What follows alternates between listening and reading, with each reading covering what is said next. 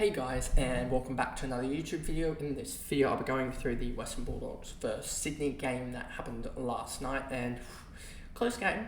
Western Bulldogs definitely did put up a pretty good fight there, especially with 3 guys injured in the end. They were down to 2 guys on the bench, and basically it all came down to just accuracy. One team kicked 12 goals from 28 chances, which is around 40% or so, and then the other team kicked 16 goals from 22 chances. So yeah, it was 42% accuracy for the Western Bulldogs compared to 70% for the Swans, 72% for the Swans. So that's just a big difference there, and you could see it in the missed chances. There were 6 rush behinds for the Dogs, but there was only, I think, 1 for the Swans. And then so the Dogs missed, I believe, 10 shots to 5 basically, and that's the big difference there out of the 2 sides. But before we get into this video, remember to like and subscribe, turn the notification bell on so you know when I upload, and let's get into this recap. So first of all, and the weird thing about this game was that we were all talking about, look at, I'd be stepping away from Dale and then stepping away from everyone from the Dogs, just because 1, you have the Bevo uncertainty, and 2, you've got the James Shorten tag. The James Shorten tag flicked around like there was no tomorrow. He tagged Dale, and then a quarter in he switched to Richards. Then Richards got concussed, so I think he went on to Treloar, and then I think he went back on to Dale. Basically, everyone in the midfield and halfback except for Bontempelli got tagged. They almost probably chucked it on Caleb Daniel at the end of the game. That's how well he was going. It wasn't the best tagging effort, but I think there was almost like in the back of the minds of some of the guys that they were gonna get tagged. And I think Bailey Dale in the first sort of little bit, I think he actually had a pretty good first quarter, but I think it was more so just getting a couple of cheap possessions that got him to the marker. But then once the tag shook off, I'm pretty sure that's when he started to go crazy. Let's just see. In the first quarter, Bailey Dale had 3 touches and 2 marks, and 2 of those touches, one of them was off of just a kick that got pinged out, where he took a mark low down, and then the other mark that he took was off the subsequent pass to English. He passed it back to Dale, so it's almost like James Shorten couldn't get to him quick enough. So he basically got all his he got like 15 points out of his 18 or whatever, or 17 in that little span there. So that's the reason why I think Bailey Dale was he was alright, but he wasn't outstanding in the first quarter. Then Bontempelli 101, I thought he definitely was a lot more influential than a 101, obviously shown through the 135, and he may take the 1 vote in this game. Obviously Chad's going to get 3, I think Gordon will get the 2, and you could argue that Nick Blakey, given he kicked at 100%, could get the 1 vote, but I think that Bont will probably get the 1 vote because they'll just notice him more, the umpires. I don't think that Isaac will get a vote for his 23, 3 and 7, even though he was pretty good in the second half when they needed it for the Swans, and he kicked his customary goal, but I just don't think that that'll be enough, and I think Bont will get it. I thought Treloar was alright, but he wasn't outstanding. Had a huge amount of contested possessions, which got him to a 105 Supercoach and a 94 Fantasy. Bailey Williams, I thought they pretty much just let him do what he needed to do. 22 and 10 didn't really impact the game. Tim English got smacked in the ruck after that initial Brodie Grundy sort of 5 minutes that he had, where he was on, I think, minus like 17 Supercoach after conceding a free kick and then a 50-metre penalty as well for pretty dumb things. He's probably going to get like a 10k fine for that nudge in the ribs, that rib tickler. I think he gets a 10k fine or whatever. So there's that. And after that, he basically dominated Tim English to the point that actually see here, hit outs, he smashed him. Tackles, he got 7 tackles to 2. 5 marks for English to 3 isn't that much. And then 15 disposals to 14. So yeah, I mean, and you look at that and you look at the goal, but yeah, after I think the first 5 minutes, you really saw Brodie Grundy come to the floor, and he ended up top scoring DT wise alongside the Errol.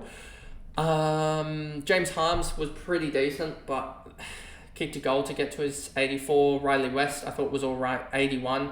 And then you have Riley Garcia. I thought he was really, really impactful as well with 2 goals, 1, and he was really hard to catch.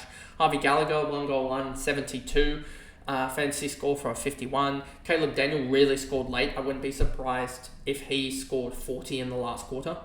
He scored 39 in the last quarter, and I think that just shows him off half-back in a new side. He will genuinely be value.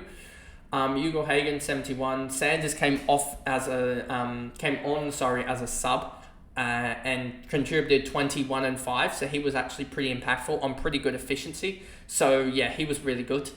Will be interesting next year to see what happens there. Unlucky to anyone that went Ed Richards, 77 split in 44% time on ground. That kind of sucks. Bramble with the 64-75 split. He actually used the ball pretty well. Vandermeer, 64-65. Gave away that dodgy 50 at the end of the game, but then also got a dodgy high tackle 50-meter penalty for the descent that was there from Chad Warner. So it sort of evens out, I guess.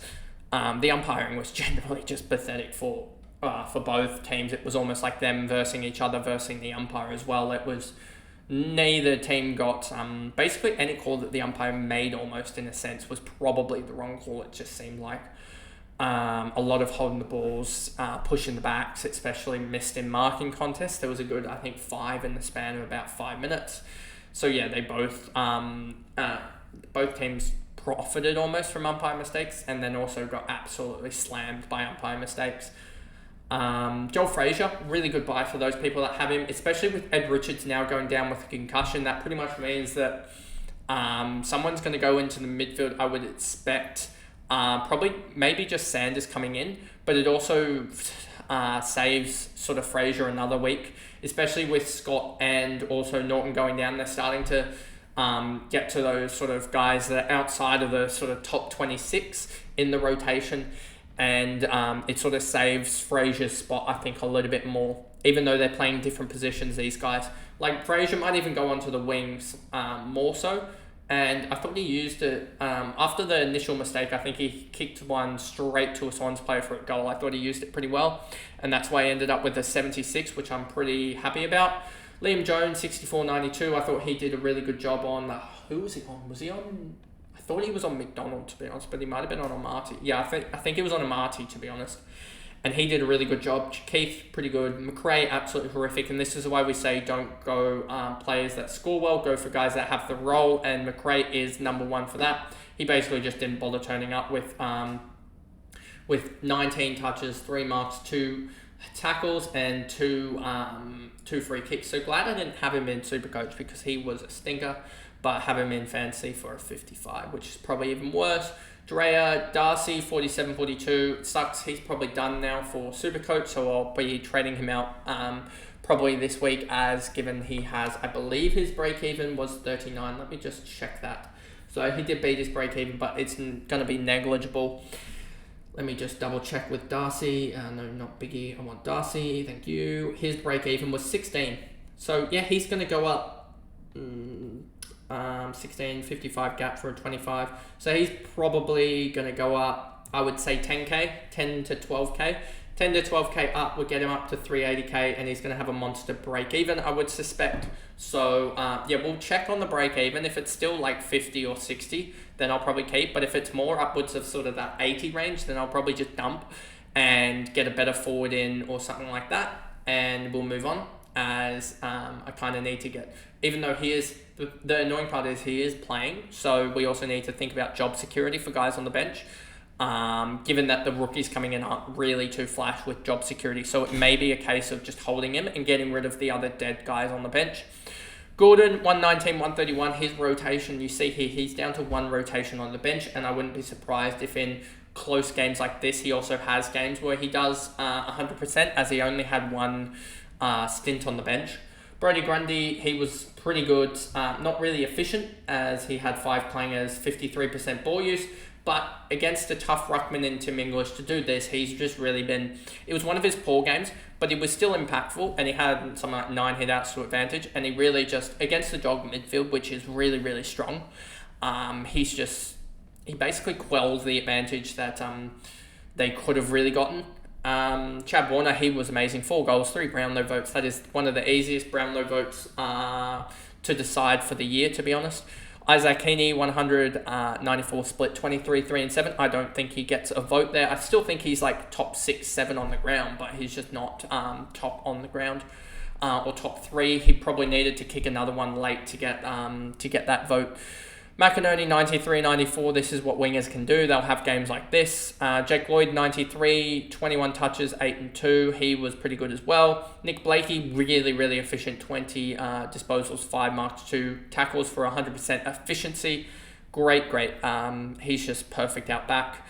Will Hayward, 78 points, 12 touches, 3 marks, 6 tackles, 2 goals. I thought he was one of the better players as well. James Rowbottom apparently was feeling under the weather as well, so that's why he only had 9 touches, 3 marks, 10 tackles, but still 10 tackle effort.